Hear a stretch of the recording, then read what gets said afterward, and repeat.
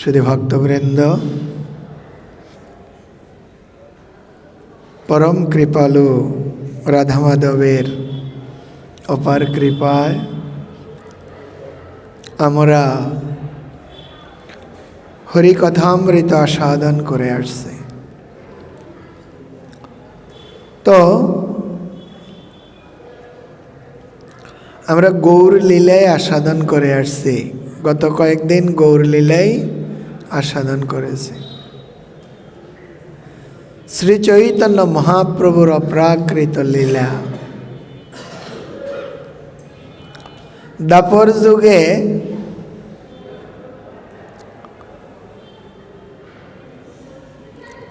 আমাদের সৃষ্টিকর্তা ব্রহ্মা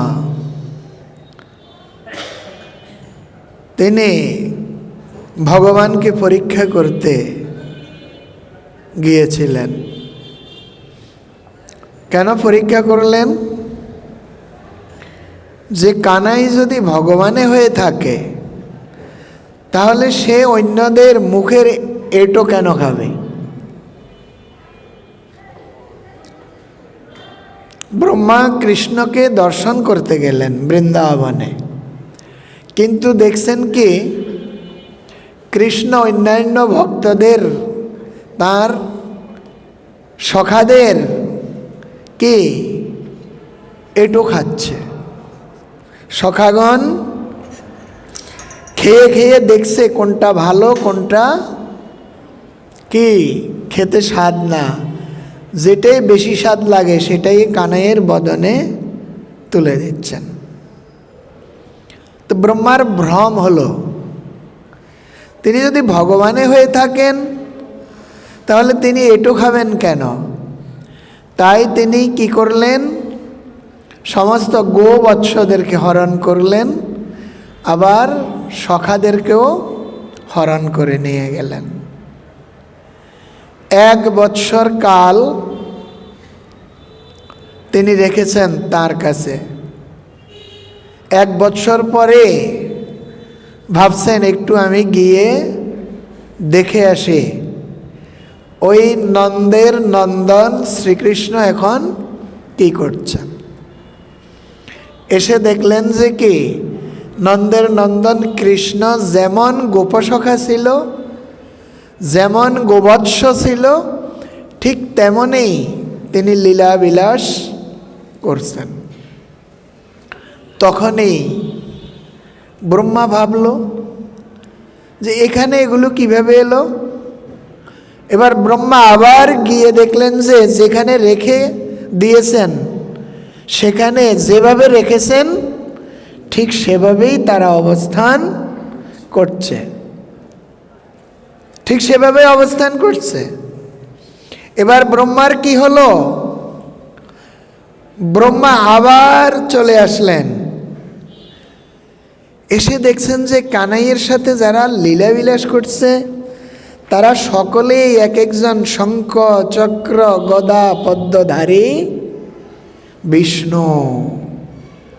এটা দেখে তো ব্রহ্মা কানাইয়ের চরণে এসে আচার খেয়ে পড়লেন।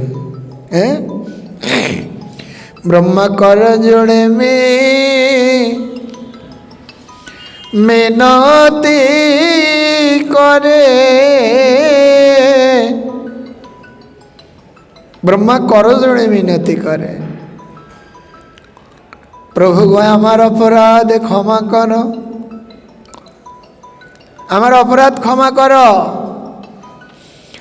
আমি তোমাকে চিনতে পারিনি। হ্যাঁ প্রভু গো, আমি এমন অপরাধ করেছি, এই ব্রহ্মত্ব অভিমানে, আমি যে ব্রহ্মা এই অভিমানে আমি ভুলে গিয়েছি। তুমি আমার ব্রহ্মত্ব অভিমান ফিরায় না, আমার ব্রহ্মত্ব পদটায় ফিরায় নাও। তোমার যে অপ্রাকৃত লীলা আমি দর্শন করেছি, প্রভু গো তুমি আমাকে তোমার সেই বৃন্দাবনে জন্ম দাও।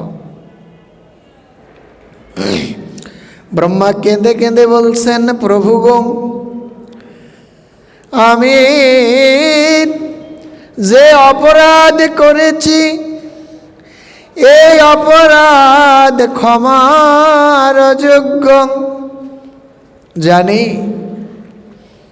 এই বৃন্দাবনে আমি মনুষ্য দেহ নিয়ে জন্মিবার যোগ্যতা আমার নেই। কেন? আমি তো নাস্তিক হয়ে গিয়েছি, আমি তোমাকে চিনি নাই। ভগবান শ্রীকৃষ্ণ গীতায় বলেছেন, ন মাম দুষ্কৃতিন মূঢ়া প্রপদ্যন্তে নরাধমা মায়া অপহৃত জ্ঞানা আসুরিং ভাবমাশ্রিতা। আমি তো সেই দলে পড়ে গিয়েছি। ও প্রভু, জানি এই বৃন্দাবনে আমি মানুষ হয়ে জন্মিবার যোগ্যতা আমার নেই। তাই ব্রহ্মা ভগবানের চরণে প্রার্থনা জানালেন, কীট পতঙ্গ পশু পাখি যা কর কমলাখি। কীট পতঙ্গ পশু পাখি তুমি আমাকে যা করো আমার আপত্তি নেই। যদি তাও না হয় তৃণ গুল্মলতা কর, না হয় তৃণ গুল্মলতা কর, না হয় তৃণ গুল্মলতা কর। আমি পথের ধারে পড়ে রব। বলে আসতে যেতে ভক্তের চরণে পাব। আমরা সৌভাগ্যবান যে বৃন্দাবনে পরিভ্রমণ করে এসেছেন। কয়েকজন ভক্ত আমার সম্মুখেই বসে আছেন। আমি দুরাচার যেতে পারিনি, কিন্তু তাদের সঙ্গ তো পাচ্ছি। এটাই আমার জনম ধন্যাতি ধন্য। সেই বৃন্দাবনে ব্রহ্মা জন্ম নেওয়ার বাসনা করে, না হয় তৃণ গুল্মলতা কর, আমাকে দুর্বা ঘাস করে জন্ম দাও। আমি পথের ধারে পড়ে থাকব, আর আসতে যেতে তোমার ভক্তগণ যখন সেই পথ ধরে জয় রাধে রাধে বলে, রাধে করুণা করা বলে যখন সে পথ দিয়ে হেঁটে যাবে, তখন আমি সেই পথের আমি আমার মস্তকে লাভ করতে পারব। সেই ব্রহ্মাই কলিতে হরিদাস ঠাকুর রূপে আবির্ভূত হলেন। নামাচার্য শ্রীল হরিদাস নামের মহিমা জগতে প্রচার করবেন বলে শ্রী গোবিন্দ তাকে বলেছেন, ব্রহ্মা তুই এই লীলায় তো আমার সাথে থাকতে পারবে না, আগত আমি যখন গৌর লীলা করব তখন তুমি হবে হরিদাস নামের আচার্য। আর তুমি যে নামকে আশ্রয় গ্রহণ করে থাকবে, আর ওই নাম যতক্ষণ তোমার বদনে থাকবে ততক্ষণ তুমি বৃন্দাবনে অবস্থান করবে। যেখানে হয় নাম সংকীর্তন সেই তো বৃন্দাবন। তো সেই হরিদাস ঠাকুরের একটু সংক্ষেপে আমরা হরিদাস নির্জান লীলাটা একটু আস্বাদন করব। সবাই কৃপাপূর্বক একটি প্রণাম মন্ত্র বলুন। নমামি হরিদাসং তম চৈতন্যম তঞ্চ তৎপ্রভুম সংস্থিতাম ওপি জন্মূর্তিম শঙ্কে কৃত্বা নর্ত ইয়ঃ জয় জয় শ্রী চৈতন্য জয় দয়াময়, জয়াদ্বৈত প্রিয় নিত্যানন্দ প্রিয় জয়। জয় শ্রীনিবাসেশ্বর হরিদাসনাথ, জয় গদাধর প্রিয় স্বরূপ প্রাণনাথ। জয় জয় কাশীশ্বর প্রিয় জগদানন্দ প্রাণেশ্বর, জয় রূপ সনাতন রঘুনাথেশ্বর। জয় গৌর দেহ কৃষ্ণ স্বয়ং ভগবান, কৃপা করে দেহ প্রভু নিজ পদ দান। জয় জয় নিত্যানন্দ চৈতন্যের প্রাণ, তোমার চরণাবিন্দে ভক্তি দেহ দান। জয় জয় দ্বৈত চন্দ্র চৈতন্যের আর্য, সচরণে ভক্তি দেহ জয় দ্বৈতাচার্য। জয় গৌর ভক্তগণ গৌর যাঁর প্রাণ, সব ভক্ত মিলে মোরে ভক্তি দেহ দান। জয় রূপ সনাতন জীব রঘুনাথ, রঘুনাথ গোপাল জয় জয় মোরনাথ। এসব প্রসাদে লিখি চৈতন্য লীলা গুণ, জৈসে তৈসে লিখি করি আপন সদন। এই মতো মহাপ্রভু নীলা চলে বাস, সঙ্গে সব ভক্ত লইয়া কীর্তন বিলাস। দিনে নিত্য কীর্তন ঈশ্বর দর্শন, রাত্রে রায় স্বরূপ শনে রসয় আস্বাদন। এই মতো মহাপ্রভুর সুখে কাল যায়, কৃষ্ণের বিরহ বিকার অঙ্গে নানা হয়। দিনে দিনে বাড়ে বিকার রাত্রে অতিশয়, চিন্তা উদ্বেগ প্রলাপাদি যত শাস্ত্রে কয়। স্বরূপ গোসাই আর রামানন্দ রায়, রাত্রি দিন করে দোহে প্রভুর সহায়। হরি বল। মহাপ্রভু যখন সন্ন্যাস গ্রহণ করলেন, কোথায়? কাটোয়ায়। সন্ন্যাস গ্রহণ করে মহাপ্রভু বৃন্দাবনের উদ্দেশ্যে রওনা দিয়েছেন। নিত্যানন্দ প্রভু এবং চন্দ্রশেখর আচার্য সহ কিছু ভক্তগণ মহাপ্রভু বৃন্দাবনে এত তাড়াতাড়ি যাক তা চাইলেন না।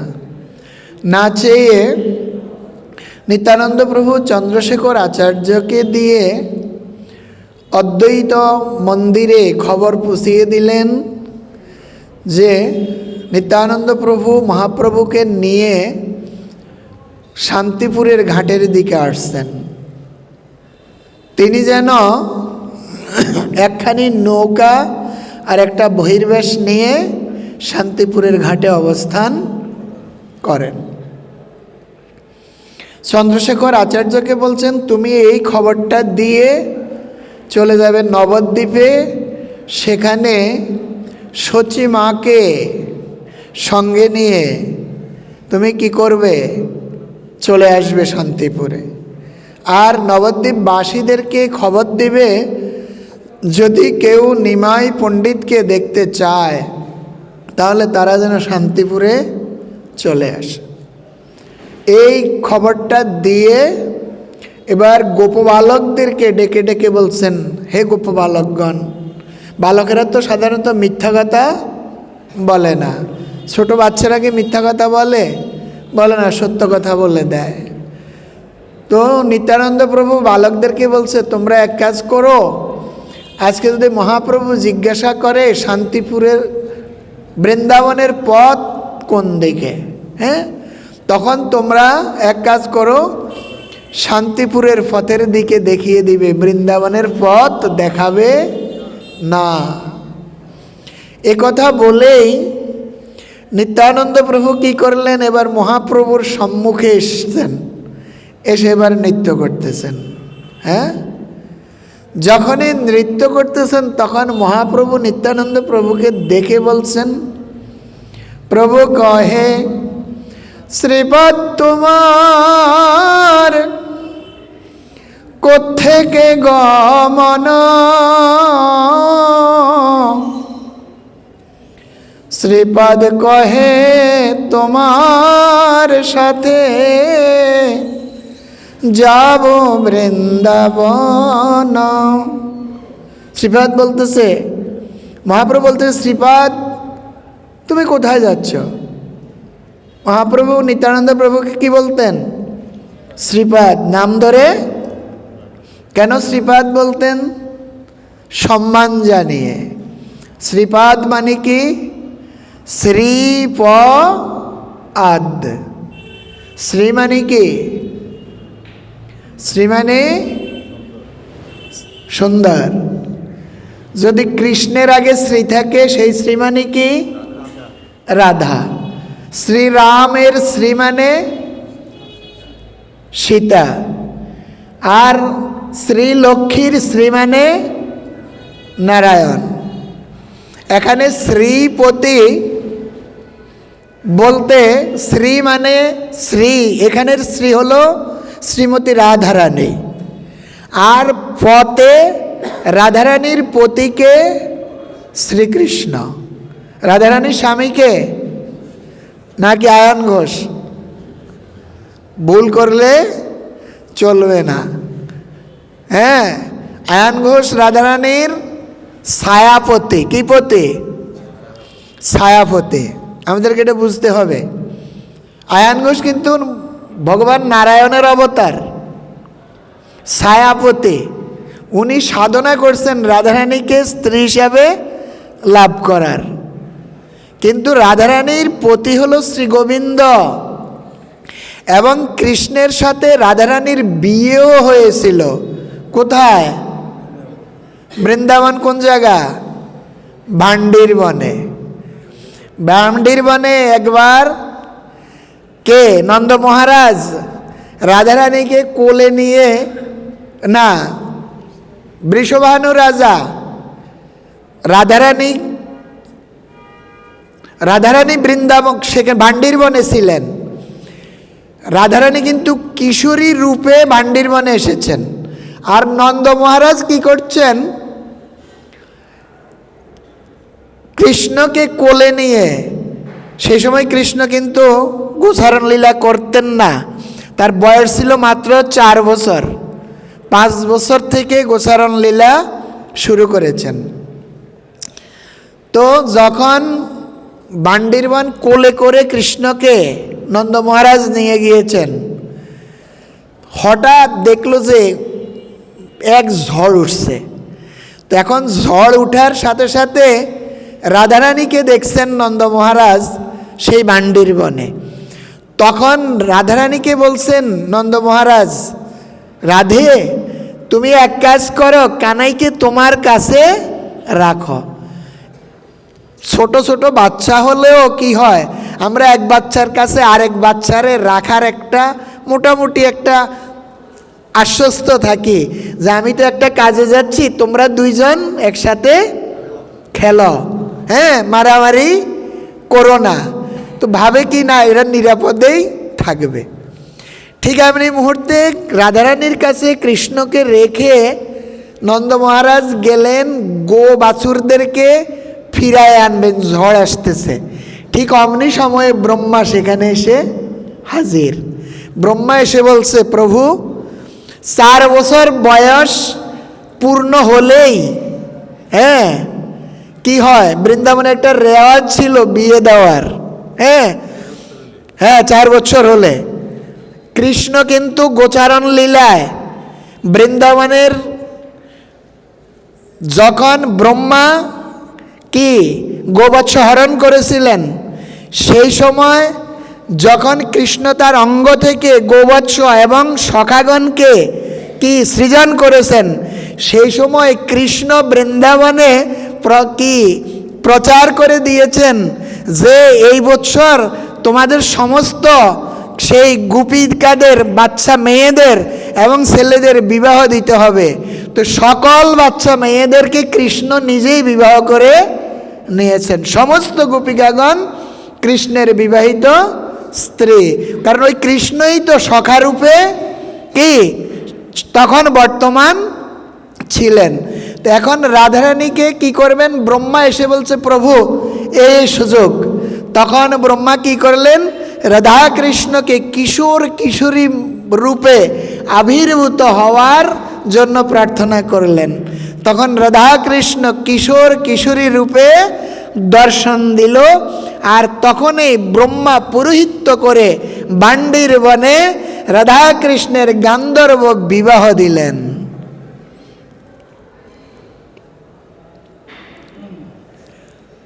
গৌর হরি বল। তো আমরা কোন কথা থেকে আসছি? শ্রীপাদ, নিত্যানন্দ প্রভুকে শ্রীপাদ। শ্রী হলো রাধারানী, পতে হলো রাধারানীর পতি শ্রী গোবিন্দ, আদ মানি যিনি পাইয়ে দেন, অর্থাৎ রাধারানীর পতি কৃষ্ণকে যিনি পাইয়ে দেন তিনি হলেন নিত্যানন্দ প্রভু। গৌর হরি বল। এই জন্য মহাপ্রভু বলতেন শ্রীপাদ। যখন শ্রীপাদ বলে ডাকতেন, বলছেন শ্রীপাদ তোমার কোত্থেকে গমন, তুমি কোথায় যাচ্ছ?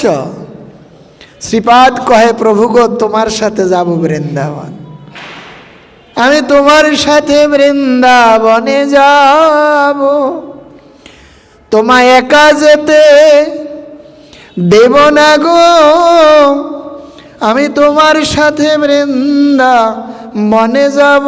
তোমার কি মনে নেই প্রভুগ দাপর লীলায় মা যশোমতী তোমাকে আমার করে সমর্পণ করেছিল? বলছে বলরাম যেন পর বলে ভাবিস না রে, ভাই বলে সঙ্গে রাখিস, আমি এই মিনতি করি তোরে, যেন ভাই বলে সঙ্গে রাখিস, আমি এই মিনতি করি তোরে, যেন পর ভুলে ভাবিস না রে। তাহলে আমি তোমাকে একা কীভাবে যেতে দিই? হ্যাঁ, না না, আমিও তোমার সাথে বৃন্দাবন যাব। মহাপ্রভু বলছেন শ্রীপাদ তাহলে তো ভালোই হলো, আর কত দূরে আমার বৃন্দাবন। শ্রীপাদ গঙ্গা নদীকে দেখিয়ে বলছে প্রভু গো এই কর যমুনা দর্শন, এই করো যমুনা দর্শন। মহাপ্রভু আনন্দে আত্মহারা হয়ে তখন যমুনাতে অবগাহন করলেন, যমুনার স্তব স্তুতি করতে লাগলেন। ওহে ভাগ্যবতী শ্রী যমুনা, তোমার তীরে নীরে বিহার করে রাধা শ্যাম সুন্দর মদন মোহন। বলি শ্রী যমুনার কি সৌভাগ্য, হে যমুনে তুমি আমায় কৃপা করো, আমি যেন বৃন্দাবনে গিয়ে আমার কৃষ্ণকে লাভ করতে পারি। কৃষ্ণই আজ কৃষ্ণকে লাভ করার জন্য প্রার্থনা মাগছেন। দেখেন এই যে কৃষ্ণ প্রেমের যে কত সুখ আস্বাদন, সেটা নিজে উপলব্ধি করে জগৎজীবকে দিবেন বলে আজ মহাপ্রভু এসেছেন। তার করুণায় আমরা কিঞ্চিত পেয়েছি,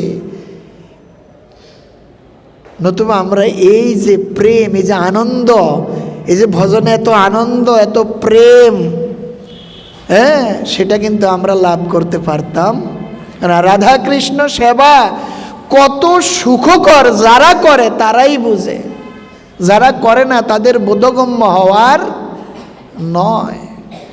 এটাতে যে কত আনন্দ, কত তৃপ্তি, কত শান্তি, আর অন্য কিছুতে এত শান্তি এত সুখ নাই। জগতে আমরা যত সুখেরই অন্বেষণ করি না কেন, সত্যিকারের সুখ কিন্তু আমরা অনুভব পাচ্ছি না। এই যতক্ষণই দেখবেন এই কৃষ্ণ কথা রঙ্গে, কৃষ্ণ সেবা, হ্যাঁ, ভক্ত সঙ্গে যতক্ষণ অতিবাহিত করবেন, সদা হয় কি পরমানন্দ। আর আপনি এখান থেকে উঠে চলে যান, এরপরে কিন্তু আর আনন্দের লেশও থাকে না। সব সময় ত্রিতাপ জ্বালায় আমাদিগকে জারিত করছে।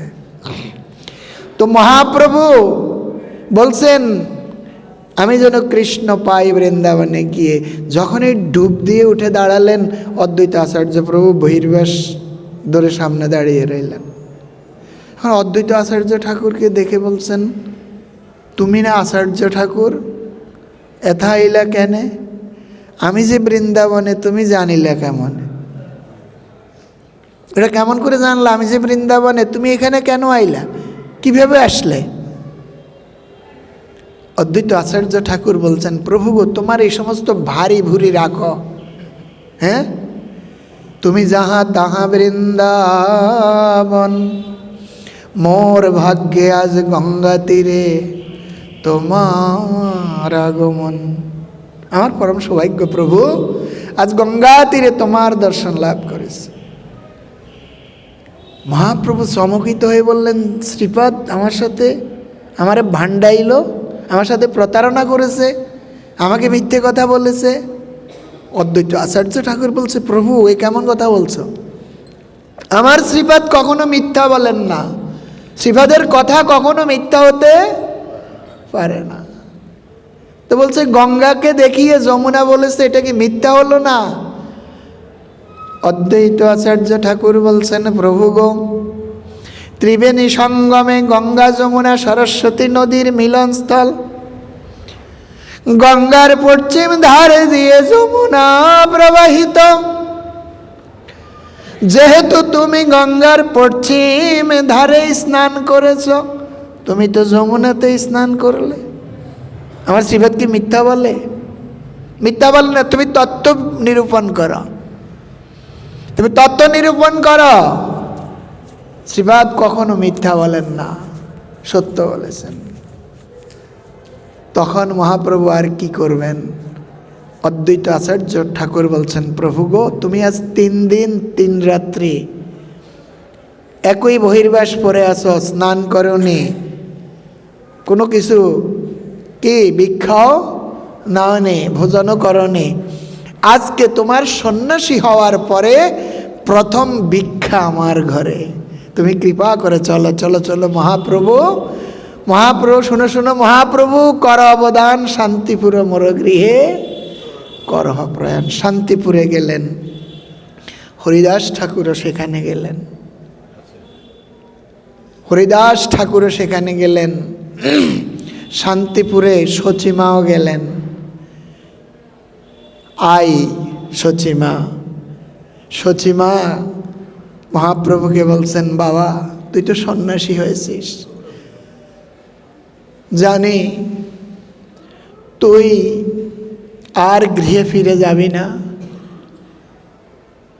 তোর কাছে আমার একটা অনুরোধ, তুই বৃন্দাবনে যাস নে,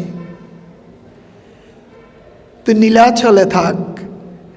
নীলাচলে থাকলে প্রতি বছর রথযাত্রার সময় ভক্তগণ নীলাচলে যায়।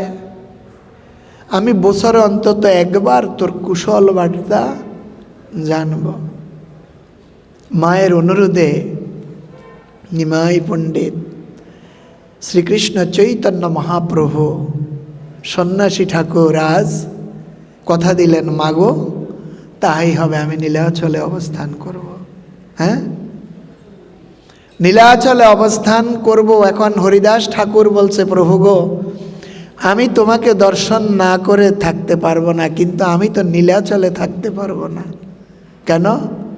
বলে, নীলাচলে আমি তো আবির্ভূত হয়েছি কি যবন কুলে। কেউ বলে যবন কুলে আবির্ভূত হয়েছে, কেউ বলে যবনের ঘরে পালিত হয়েছে।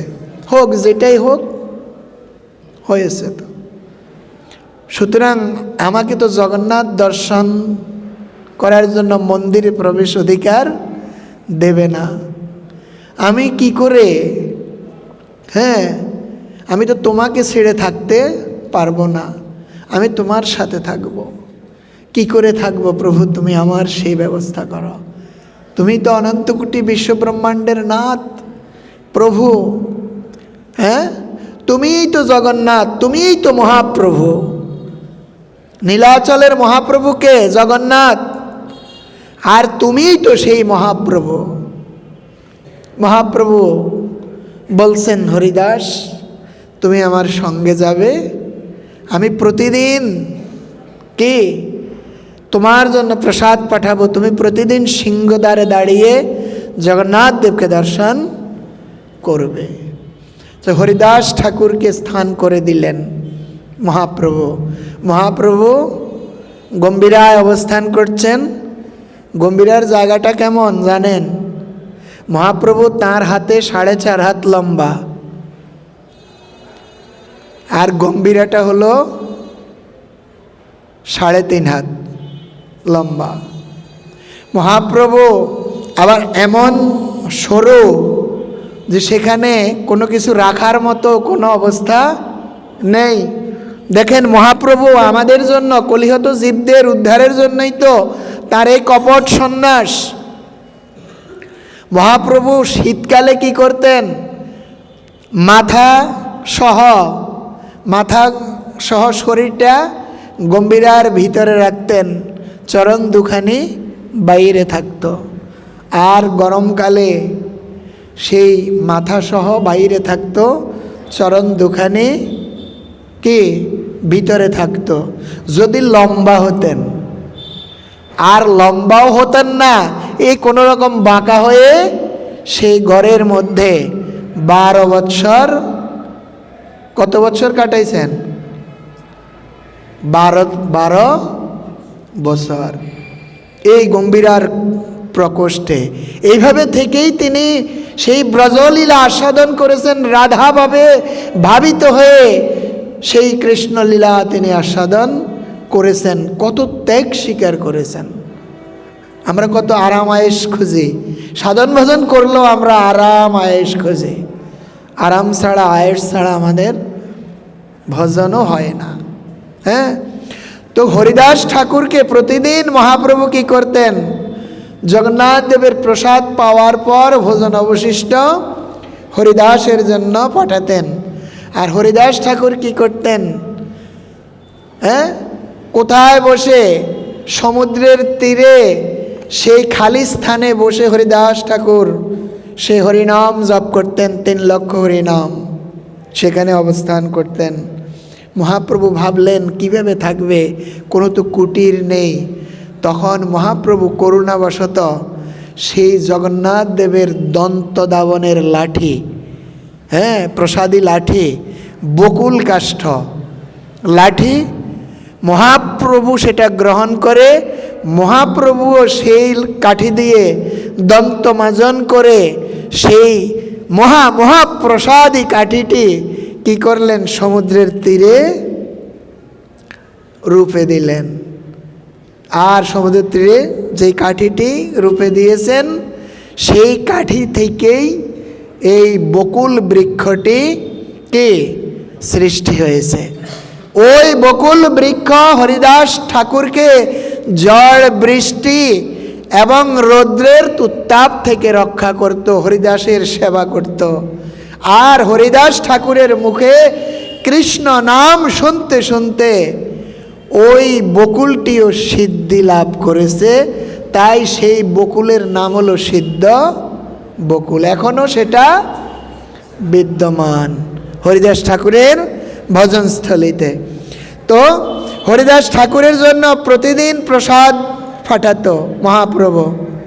হ্যাঁ, প্রসাদ পাঠাতো।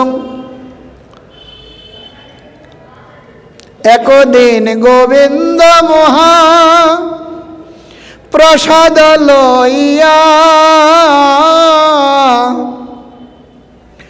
হরিদাসে দিতে গেল আনন্দিত হইয়া।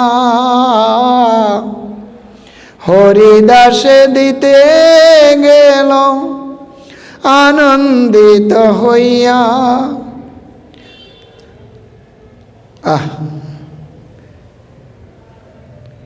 দেখে হরিদাস ঠাকুর করিয়াছে শয়ন, মন্দ মন্দ করিতেছেন সংখ্যা সংকীর্তন। গোবিন্দ কহে উঠ আসি করহ ভোজন, হরিদাসে কহে আজি করিব লঙ্ঘন। গোবিন্দ মহাপ্রসাদ গিয়ে দেখছেন হরিদাস শুয়ে শুয়ে আজকে হরিনাম করছেন, বসে না, বসে করতে পারছেন না। গোবিন্দ বলছেন হরিদাস উঠো, আমি তোমার জন্য প্রসাদ নিয়ে এসেছি, তুমি প্রসাদ ভোজন করো। হরিদাস বলছে, হরিদাস কহে আজি করিব লঙ্ঘন, আজ আমি প্রসাদ গ্রহণ করব না। একথা বলেই বলছেন শঙ্কা কীর্তন নাহি পুরে কেমনে খাইব, মহাপ্রসাদ আনিয়াছ কেমনে উপেক্ষিব। গোবিন্দ, আমার তো সংখ্যা নাম পূরণ হচ্ছে না, আমি কেমন করে খাবো? গৌরহরি বল, আমাদের সাধন ভজনটা কি এমন? আপনাদের সাধন ভজনটা হয়তো এমনই হতে পারে, কিন্তু আমার সাধন ভজন এমন নয়। আমাদের যে দৈনন্দিন যে আমার যে কর্তব্য কর্ম যেটা ভগবানের সেবার, হ্যাঁ, সেবা করতে পারছেন না। হরিদাস ঠাকুর সেবা করতে পারছেন না, হরিনাম সংখ্যা পূর্ণ করতে পারছেন না, তাই বলছেন আমি কি করে সেবা করব, কি করে আমি সেই মহাপ্রসাদ গ্রহণ করব? না, আমি পারবো না, আমার সংখ্যা কীর্তন নাহি পুরে, আমি কেমনে খাইব? কিন্তু তুমি যে মহাপ্রসাদ এনেছো তাই বা কি করে লঙ্ঘিব? তাও তো লঙ্ঘন করা যাবে না। তাই হরিদাস ঠাকুর কি করলেন? এত বলে মহাপ্রসাদ করিলা বন্দন, এক রঞ্চ লইয়া তার করিল ভক্ষণ।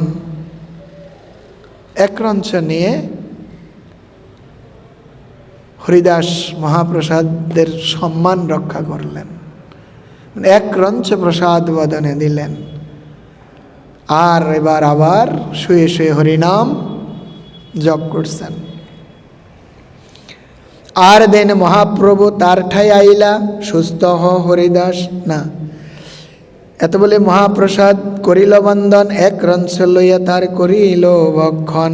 গৌর হরি বল। এবার গোবিন্দ কি করছেন? গোবিন্দ গিয়ে মহাপ্রভুকে বলছেন, প্রভু গো, ও প্রভু, তোমার হরিদাস অসুস্থ, তার সংখ্যা নাম পূরণ হচ্ছে না, তুমি যে প্রসাদ পাঠিয়েছ সে তোমার প্রসাদও গ্রহণ করেননি। মহাপ্রভুর হৃদয় কেঁদে উঠল। হৃদয় কেঁদে ওঠার সাথে সাথে মহাপ্রভু পরদিনেই কি করলেন? হরিদাস ঠাকুরের কাছে আসলেন। আর দিন মহাপ্রভু তাঁর ঠাই আইলা, সুস্থ হও হরিদাস তাহারে পুষিলা। হরিদাসকে বলছে, হরিদাস সুস্থ হও হরিদাস। নমস্কার করিতে কইলে কইল নিবেদন, শরীর সুস্থ হয় মোর অসুস্থ বুদ্ধি মন। ভক্ত কখনো বলে না আমার শরীর অসুস্থ,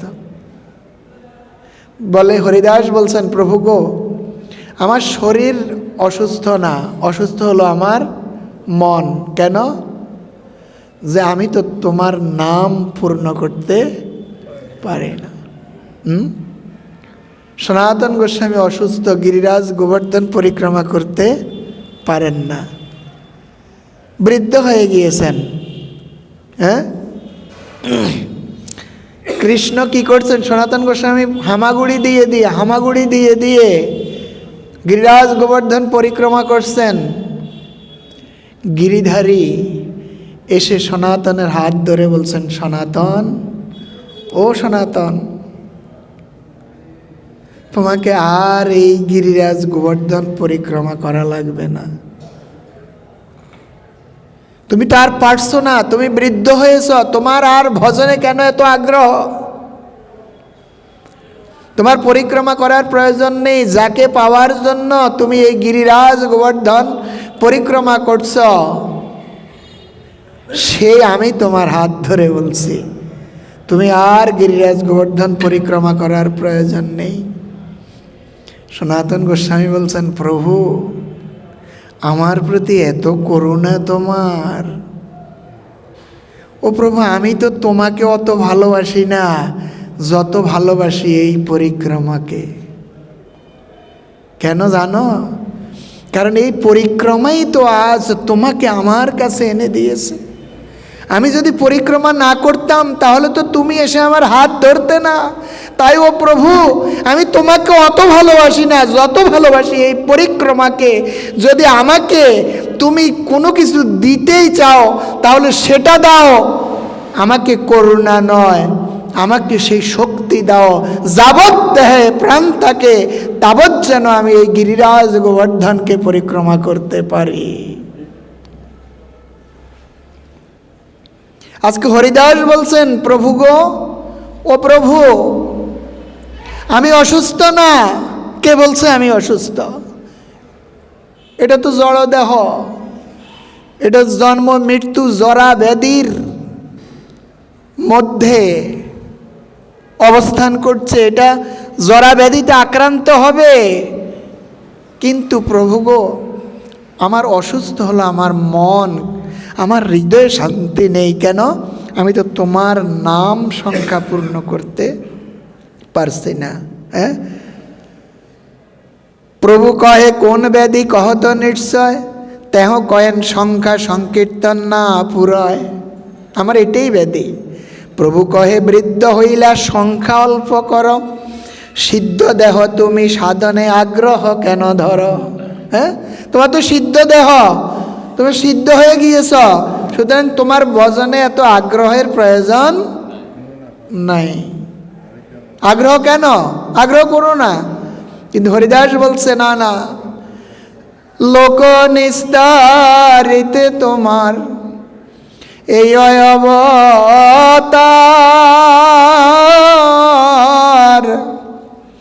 প্রভু গো, লোক নিস্তারিতে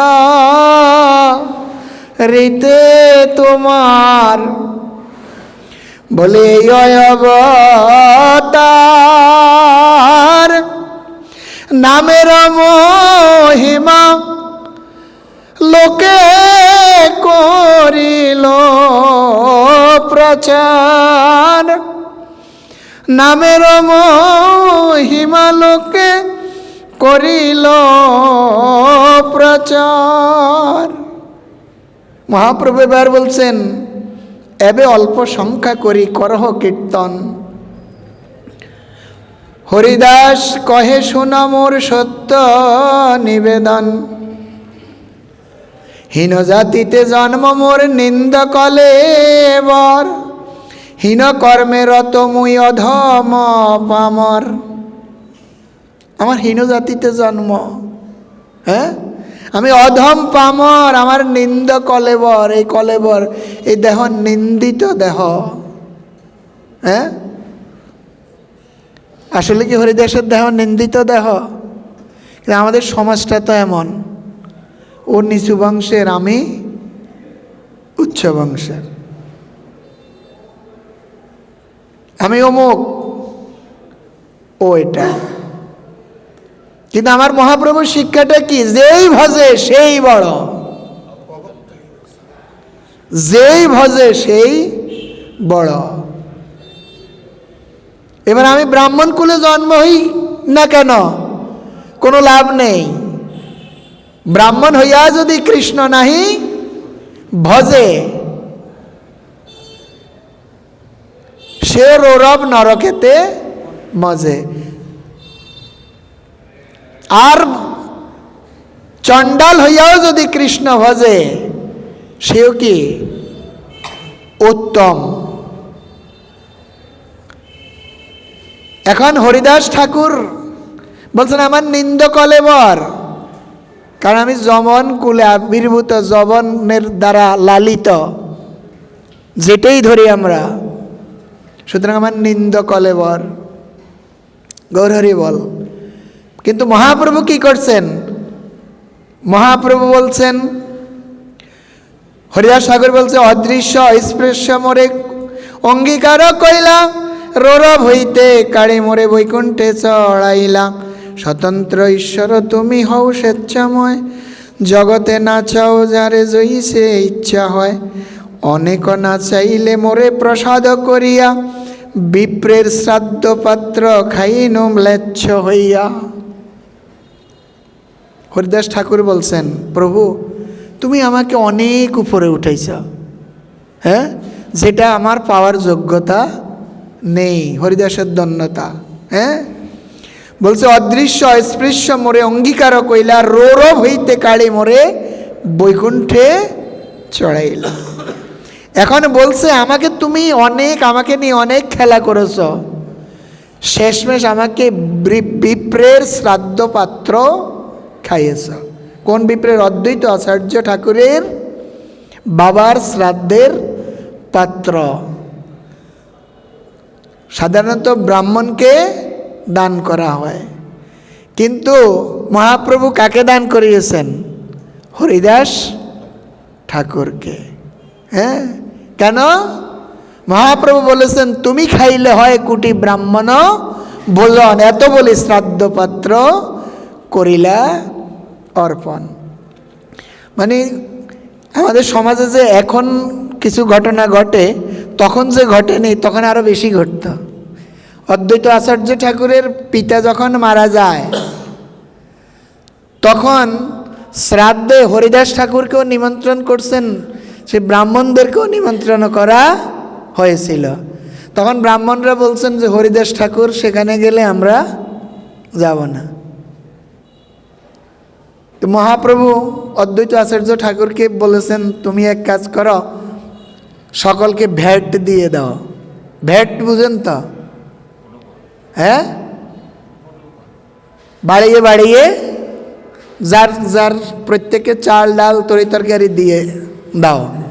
ওরা নিজেরা রন্ধন করে, ওরা ভোগ লাগিয়ে নিজেরা প্রসাদ পাবে। এখন সবাইকে দিয়ে দিলেন, এমন এক বন্যার সৃষ্টি করলেন। এখন সমস্ত গঙ্গার তীরে তো সমস্ত বাড়িঘর প্লাবিত হয়ে গেল। এখন আর কারো লাকড়িও, ভিজা লাকড়ি সব চুলা, এখন আর আগুন ধরে না। তখন মহাপ্রভু বলছেন যে তোমরা তো ব্রাহ্মণ, তোমাদের মুখে তো কি আছে? অগ্নি আছে। তোমরা এখন ফু দিয়ে আগুন জ্বালাও, আর না হয় হরিদাস ঠাকুর ফু দিয়ে আগুন জ্বালাবে। মহাপ্রভু কি করলেন? হরিদাসের সেই গুণ মহিমা জগতে প্রচার করার জন্য হরিদাসকে দিয়ে অগ্নি প্রজ্বলন করালেন। আর সে অদ্বৈত আচার্য ঠাকুরের পিতার যে শ্রাদ্ধ পাত্র, তা হরিদাস ঠাকুরকে অর্পণ করলেন। তা হরিদাস বলছেন, প্রভু আমাকে আর লজ্জা দিও না, তুমি আমাকে নিয়ে অনেক খেলা করেছো। তুমি যে খেলা করেছো তোমার গুণেই আমি তা করতে পেরেছি, কিন্তু আমার কোনো গুণ নেই। তুমি স্বতন্ত্র, তুমি ইচ্ছাময়, তোমার ইচ্ছা হয়েছে আমার মুখ দিয়ে আগুন জ্বলবে, তাই আগুন জ্বলেছে, আমার কোনো গুণ নাই প্রভু। আমরা তো আমি করেছি, আমি কত যে ভক্ত সৃষ্টি করেছি তা বলার মতো না। হ্যাঁ, বলি না আমরা গৌর হরি বল? না না, কৃষ্ণ ইচ্ছাময়, কৃষ্ণের কারণে সম্ভব হয়েছে, নতুবা সম্ভব হতো না।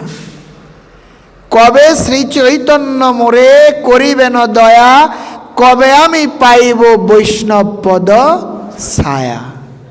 তাহলে বৈষ্ণবের চরণ ছায়া পাওয়ার আগে চৈতন্যের কৃপা হওয়া চাই।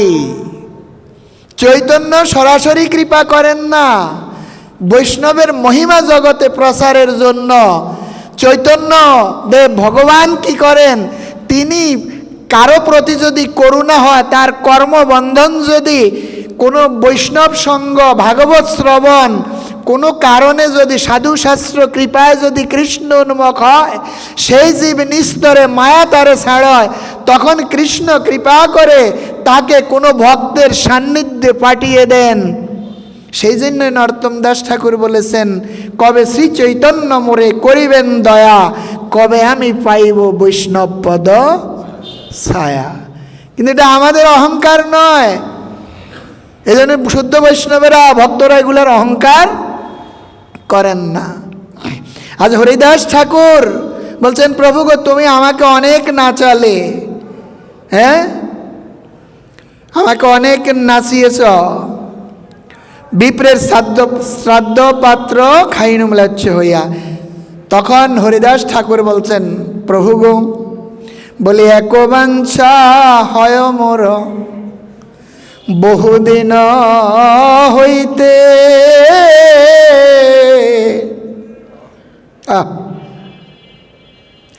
লীলা সম্বরিবে তুমি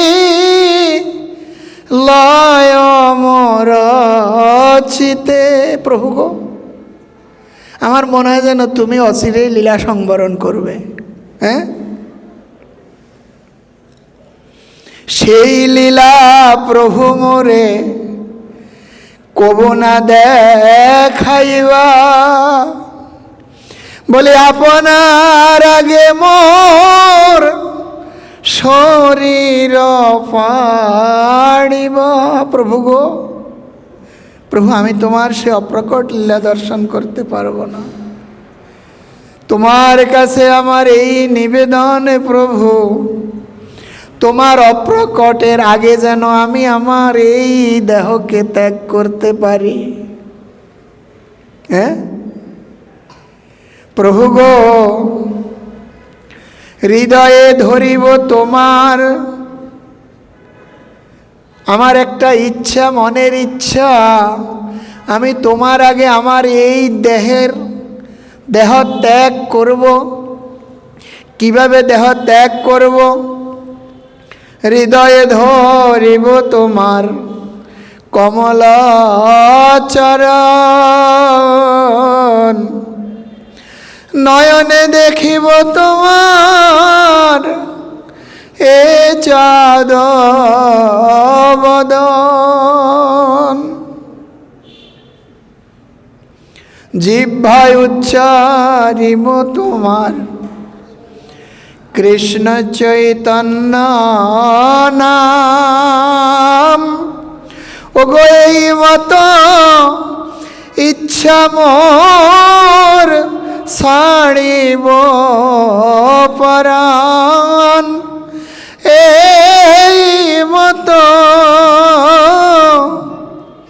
এই মতো ইচ্ছা মোর ছাড়িব পরাণ। প্রভু মোর এই ইচ্ছা যদি তোমার প্রসাদ হয়, ওগো এই নিবেদন মোর কর দয়াময়। প্রভু গো,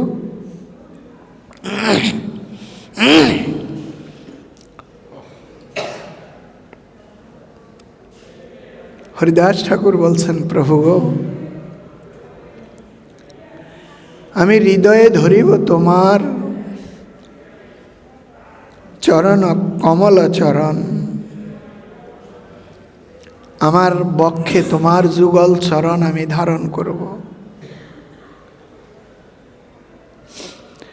নয়ন যুগল দিয়ে আমি তোমার সে চাঁদ বদন দর্শন করব।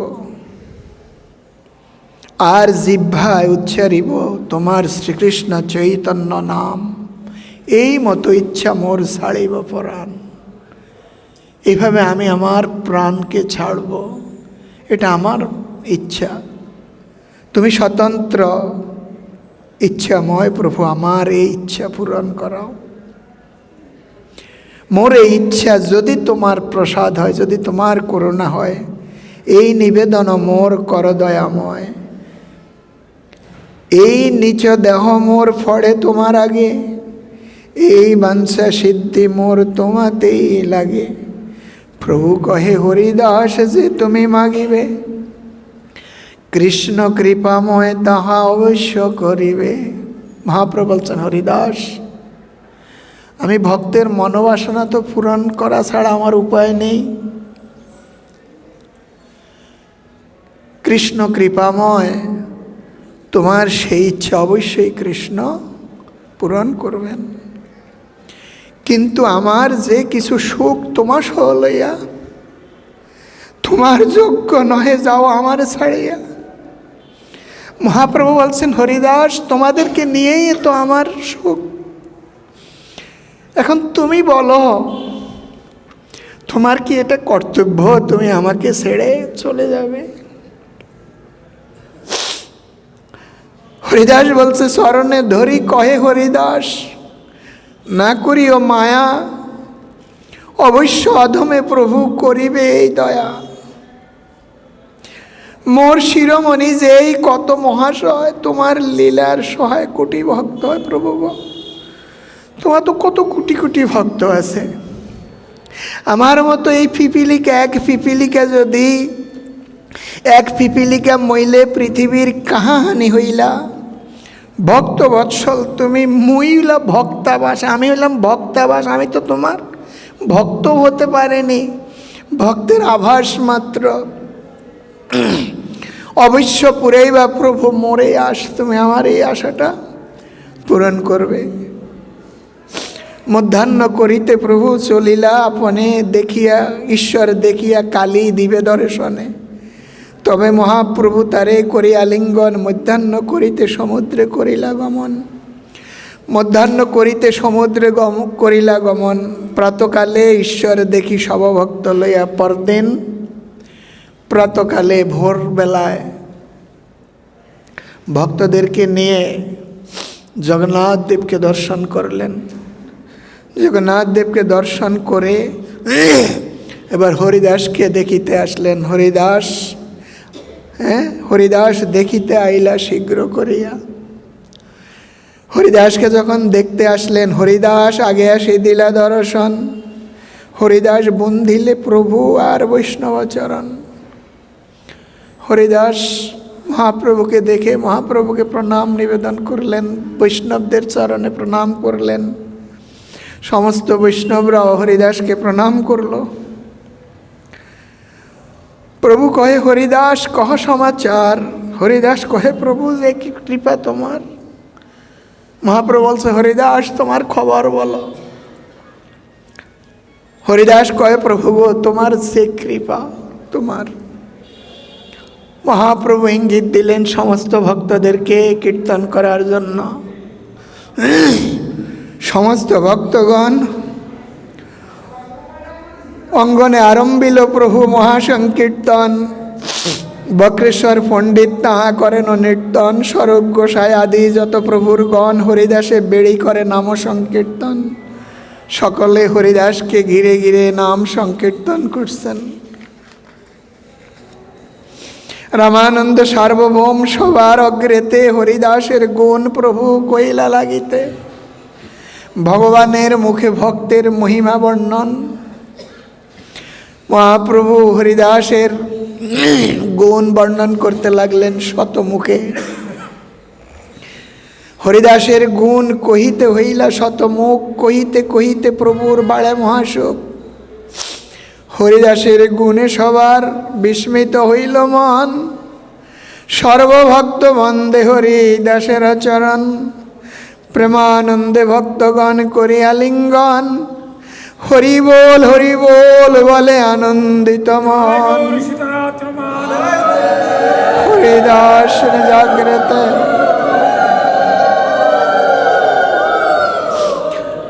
হরিদাস নিজাগ্রতে প্রভুরে বসাইল। নিজ নেত্রদ্রু দুই বৃঙ্গ মুখপদ্মে দিল।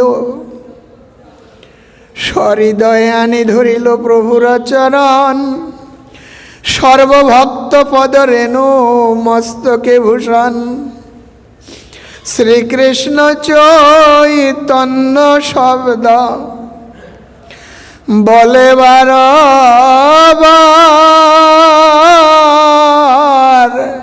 সবাই আমার সাথে সাথে বলুন, শ্রীকৃষ্ণ চৈতন্য শব্দ বলে বারবার।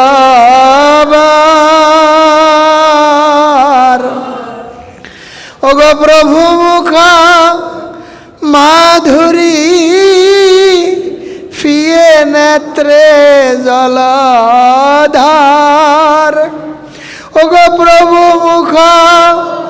মাধুরী পিয়ে নেত্রে জলধার।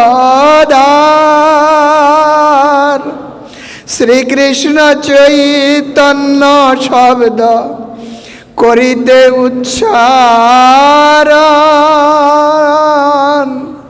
শ্রীকৃষ্ণ চৈতন্য শব্দ করিতে উচ্চারণ।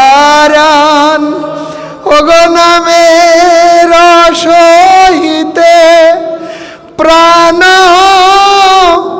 কইল উৎক্রমণ। নামের সহিতে প্রাণ কইল উৎক্রমণ।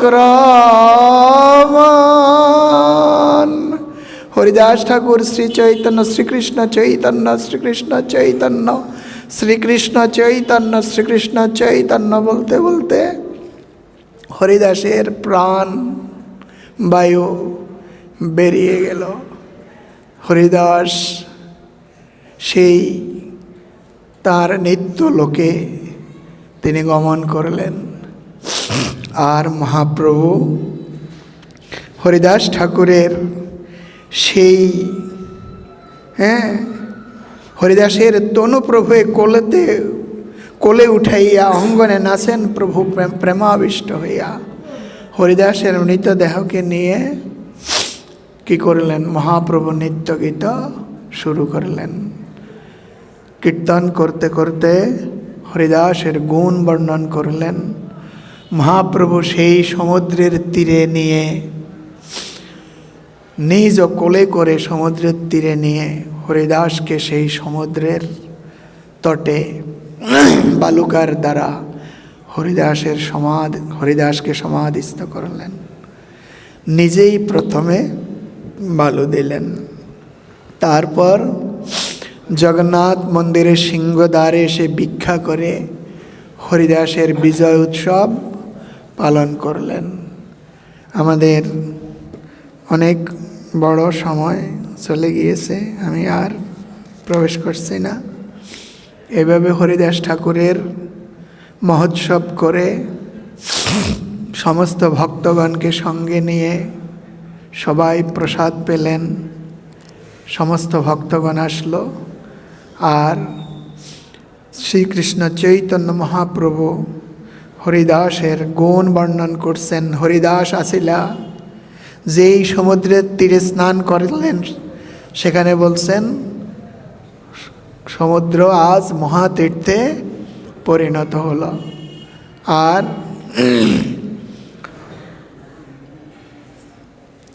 হরিদাসের গুণ প্রকাশ করে মহাপ্রভু বলছেন, হরিদাস আসিলা পৃথিবীর শিরোমণি, তাহা বিনা রত্ন শূন্য হইল মেদিনী। জয় হরিদাস বলি কর জয় ধ্বনি, এত বলি মহাপ্রভু নাচেন আপনি। জয় হরিদাস ঠাকুর কি, জয় হরিদাস ঠাকুর কি, জয় হরিদাস ঠাকুর কি। সবে গায় জয় জয় জয় হরিদাস, নামের মহিমা যেই করিলা প্রকাশ। গৌর হরি বল। চৈতন্য এই তো কহিল হরিদাসের বিজয়, যাহার শ্রবণে কৃষ্ণে প্রেম ভক্তি হয়। এই সৌভাগ্য লাগি আগে করিল প্রয়াণ। চৈতন্য চরিত এই অমৃতের সিন্ধু, কর্ণমন তৃপ্ত করে যার গোবিন্দ। ভবসিন্ধু তরিবারে যা আছে যার চিত্ত, শ্রদ্ধা করি শুন তবে চৈতন্য চরিত্র।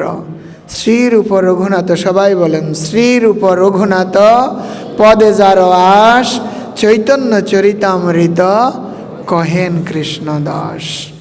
জয় জয় হরিদাস ঠাকুর কি, হরিদাস নির্জান কি, জয় সমবেত গৌর ভক্তবৃন্দ কি, জয় জয় নিতাই গৌর শীতনাথ প্রমানন্দে। হরি হরি বল বল হরি।